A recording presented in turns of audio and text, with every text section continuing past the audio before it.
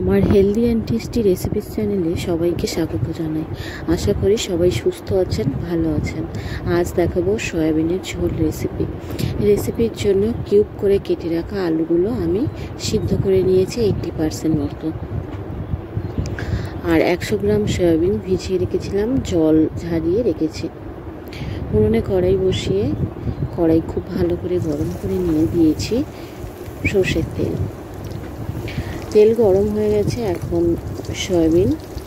সয়াবিনের পরিমাণ অনুযায়ী স্বাদ মতো লবণ আর হলুদ গুঁড়ো দিয়ে খুব ভালো করে লাল লাল করে ভেজে নিচ্ছি। সয়াবিনগুলো ভাজা হয়ে গেছে। এখন আমি একটা পাত্রের মধ্যে নামিয়ে নিয়ে কড়াইয়ে দিয়ে দিচ্ছি রেসিপির জন্য পরিমাণ মতো সর্ষের তেল গরম করে নিয়ে দিয়েছি একটা তেজপাতা আর একটা বড় সাইজের পেঁয়াজ কুচি। ফোড়নে দারচিনি, এলাচ, লবঙ্গ দেওয়া যেতে পারে। পেঁয়াজটা লালচে করে ভেজে নেব।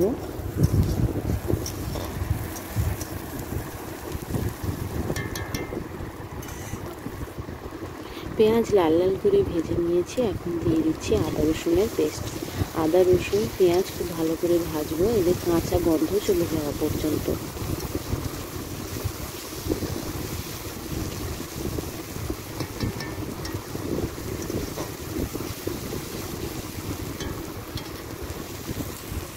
ভাজা হয়ে গেছে। এখন আমি দিয়ে দিচ্ছি সিদ্ধ করে রাখা আলুর সঙ্গেও কষাবো, তাই সেই রকম ভেজে নিয়েছি।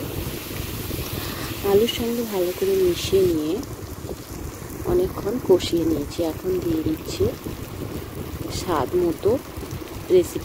মতো লবণ।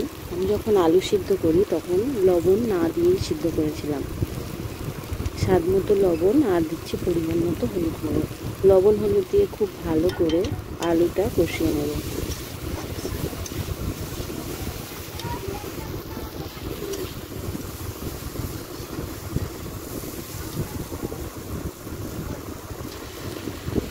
কষানো হয়ে গেছে। এখন দিচ্ছি বাটা মশলার মধ্যে আছে জিরে, ধনিয়া, সর্ষে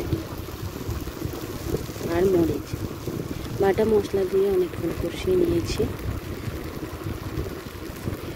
এখন দিচ্ছি লঙ্কার গুঁড়ো।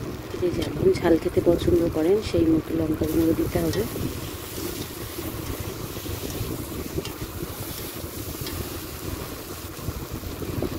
সমস্ত কিছু খুব ভালো করে কষিয়ে নিচ্ছি।